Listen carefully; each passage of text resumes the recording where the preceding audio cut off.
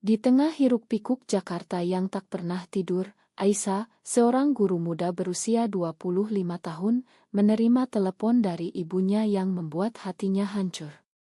"Kamu harus menikah dengan anak teman ayahmu, Aisyah.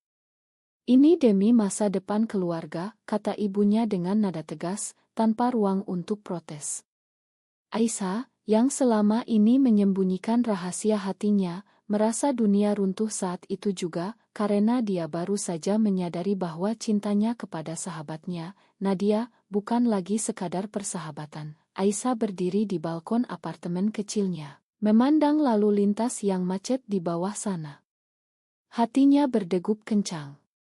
Nadia, wanita berusia 28 tahun yang bekerja sebagai jurnalis, telah menjadi bagian tak terpisahkan dari hidupnya selama 2 tahun terakhir. Mereka bertemu di sebuah cafe saat Aisyah sedang mengajar les priat, dan Nadia sedang menulis artikel tentang pendidikan di Indonesia.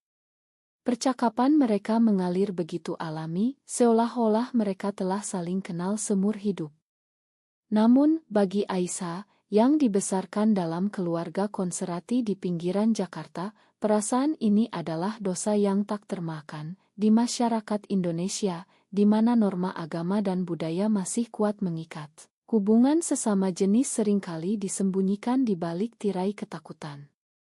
Aisyah ingat bagaimana ayahnya pernah mengusir sepupunya yang ketahuan berpacaran dengan pria lain. "Keluarga kita harus tetap suci," kata ayahnya saat itu. Kini, giliran Aisyah yang merasakan beban itu.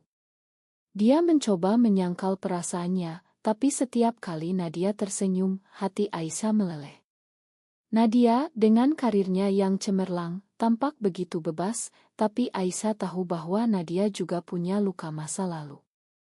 Nadia pernah bercerita tentang mantan pacarnya yang kasar, membuatnya trauma dengan hubungan pria. Pagi itu, Aisyah memutuskan untuk bertemu Nadia di cafe aurit mereka.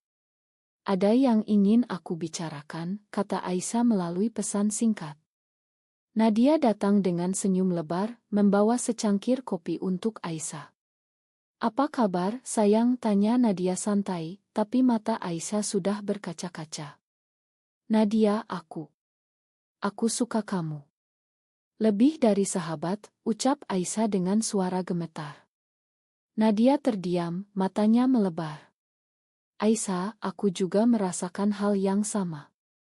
Tapi ini rumit." Mereka saling pandang, dan untuk pertama kalinya, tangan mereka saling genggam di bawah meja. Saat itu, dunia seolah berhenti, tapi Aisyah tahu badai baru saja dimulai. Malam harinya, Aisyah pulang ke rumah orang tuanya di Bekasi. Ibunya menyambut dengan senyum, tapi ayahnya langsung bertanya tentang perjodohan itu. "Anaknya dokter, Aisyah. Kamu harus setuju." Aisyah menggeleng, "Ayah, aku belum siap." Ayahnya marah, "Kamu sudah 25 tahun. Jangan buat keluarga malu." Aisyah lari ke kamarnya, menangis sendirian. Dia ingat kata-kata Nadia tadi siang, "Kita harus hati-hati. Masyarakat kita belum siap menerima ini." Tapi bagi Aisyah, hati-hati berarti menyembunyikan, dan itu menyakitkan. Besoknya, Nadia menelepon Aisyah. "Aku takut, Aisyah. Keluargaku di Surabaya sangat religius. Jika mereka tahu, aku bisa diusir." Aisyah merasa dilema. Apakah dia harus mundur? Tapi perasaan itu terlalu kuat. Mereka memutuskan untuk bertemu lagi, kali ini di taman kota. Di sana, di bawah pohon rindang, Nadia menceritakan masa kecilnya. "Aku pernah suka seorang gadis di sekolah, tapi aku ditekan untuk berubah. Sekarang denganmu, aku merasa hidup lagi." Aisyah memeluknya pelan, tapi hati mereka berdua tahu bahwa ini adalah awal dari perjuangan panjang. Hari-hari berikutnya, hubungan mereka mulai berkembang. Mereka bertemu diam-diam, berbagi cerita, dan saling mendukung. Tapi tekanan dari luar mulai datang. Teman kantor Nadia mulai curiga, "Kenapa kamu selalu bersama Aisyah? Kamu gak punya pacar?" Nadia tertawa gugup, dia sahabatku.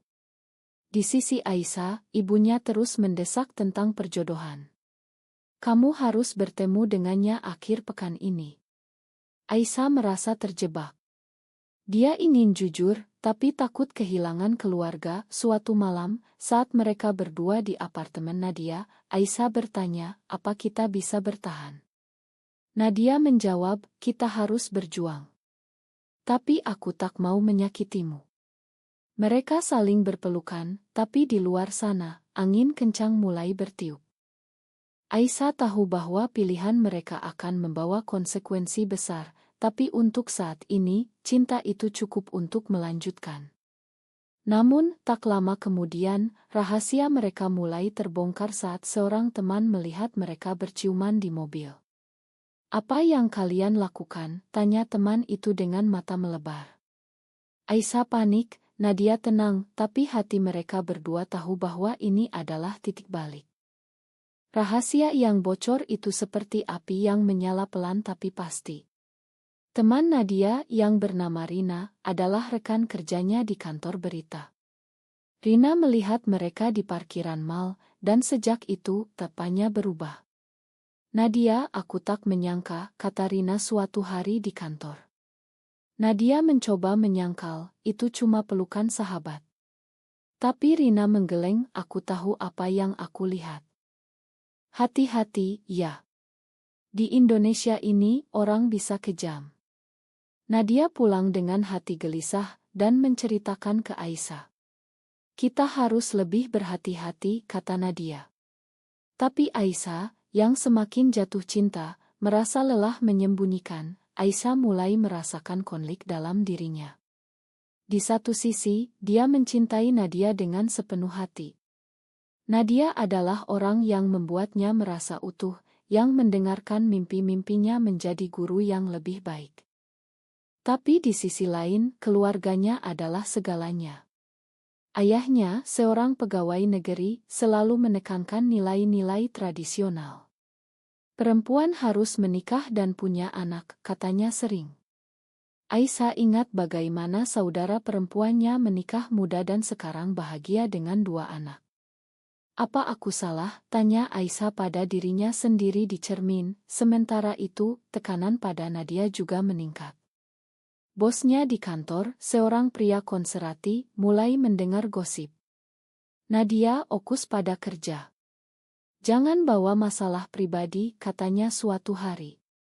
Nadia tahu itu kode untuk jangan jadi kontroversi. Di rumah, telepon dari ibunya di Surabaya datang.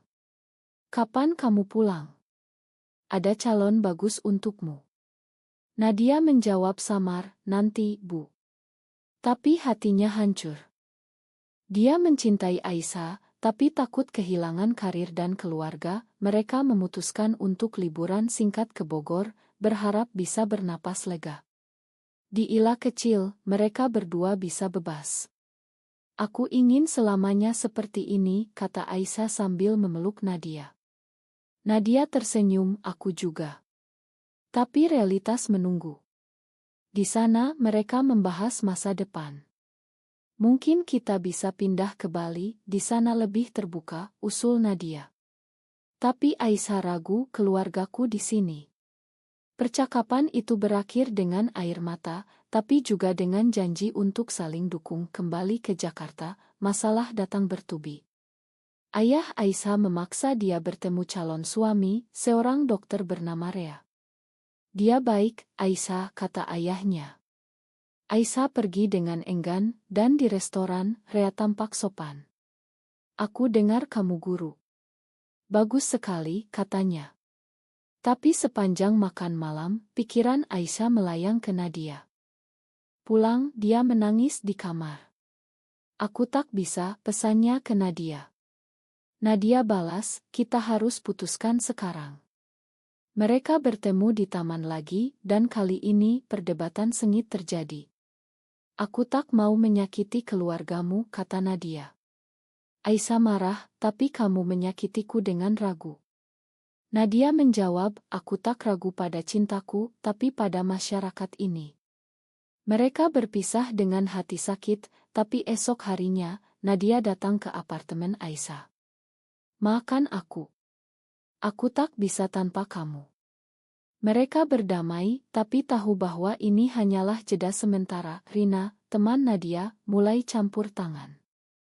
"Kalian harus berhenti. Ini bahaya," katanya. Tapi Nadia marah, "Ini hidupku." Rina mengancam, "Aku bisa bilang ke bos." Nadia terkejut, merasa dikhianati. "Kenapa kamu begini?" tanya Nadia. Rina jawab, "Aku khawatir padamu. Di Indonesia, lesbian bisa diintimidasi." Nadia pulang dan cerita ke Aisyah. "Mungkin dia benar," kata Aisyah lemah. Tapi Nadia tegas, "Tidak. Kita harus lawan."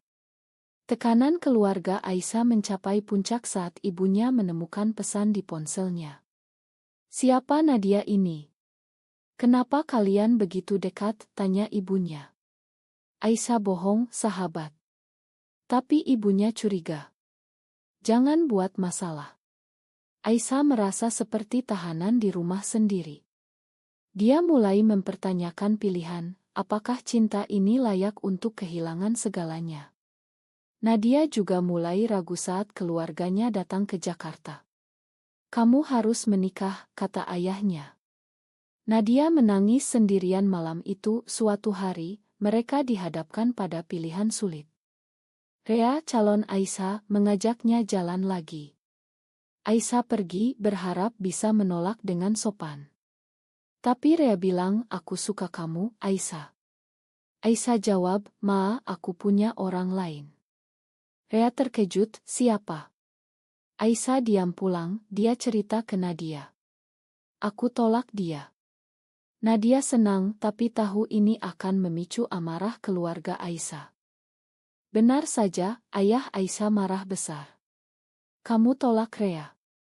Kamu gila." Aisyah menangis, "Ayah, aku mencintai orang lain." Ayahnya bertanya, "Siapa?" Aisyah tak berani jawab. Konflik ini membuat Aisyah depresi, dan Nadia merasa bersalah. Badai semakin kencang saat rahasia mereka benar-benar terbongkar. Ayah Aisyah, yang curiga, memeriksa ponselnya lagi dan menemukan foto mereka berdua. "Ini apa? Kamu dengan perempuan?" teriak ayahnya. Aisyah terdiam, air mata mengalir. Ibunya menangis, "Ya Allah, apa dosa kita?" Aisyah mencoba jelaskan, "Ini cintaku, ayah." Tapi ayahnya marah, "Ini haram. Kamu harus berubah." Malam itu, Aisyah diusir dari rumah. "Pergi saja jika kamu pilih jalan itu," kata ayahnya. Aisyah pergi ke apartemen Nadia, menangis di pelukannya. "Aku kehilangan keluarga," kata Aisyah. Nadia memeluknya, "Aku di sini." Tapi masalah tak berhenti di situ. Di kantor Nadia, Rina benar-benar melapor ke bos. "Nadia punya hubungan tidak wajar," kata Rina. Bos memanggil Nadia, "Ini bisa merusak reputasi kantor. Kamu harus resign atau ubah hidupmu." Nadia marah, "Ini diskriminasi." Bos jawab, "Ini Indonesia, Nadia. Norma harus dijaga." Nadia keluar dengan amarah, tapi juga ketakutan. Dia cerita ke Aisyah, "Aku bisa kehilangan pekerjaan." Aisyah merasa bersalah, "Mungkin kita harus putus." Nadia menolak, "Tidak. Kita lawan bersama." Mereka memutuskan untuk mencari dukungan. Nadia menghubungi komunitas LGBT di Jakarta, sebuah kelompok rahasia yang bertemu di KAI tersembunyi. Di sana mereka bertemu orang-orang dengan cerita serupa. "Kalian tak sendirian," kata seorang anggota. Aisyah merasa lega, tapi juga takut. "Bagaimana jika keluarga tahu?" tanya Aisyah. Nadia jawab, "Kita harus kuat." Tapi di dalam hati, Nadia ragu. Keluarganya di Surabaya mulai curiga saat dia jarang pulang. "Ada apa, Nak?" tanya ibunya. Nadia bohong, "Sibuk kerja." Sementara itu, Aisyah mencoba berdamai dengan keluarga. Dia menelepon ibunya, "Bu, aku minta maaf." Ibunya menjawab, "Kembalilah jika kamu berubah." Aisyah menangis, "Aku tak bisa ubah hati." Ayahnya tak mau bicara. Aisyah mulai depresi, makan tak enak, tidur tak nyenyak. Nadia merawatnya, tapi tekanan juga memengaruhi Nadia. "Aku takut kehilanganmu," kata Nadia. Mereka saling dukung, tapi konflik internal semakin dalam. Puncaknya datang saat keluarga Nadia datang ke Jakarta tanpa pemberitahuan. "Kami ingin lihat hidupmu," kata ayahnya. Nadia panik, sembunyikan barang-barang Aisyah. Tapi Aisyah kebetulan datang. "Siapa ini?" tanya ayah Nadia.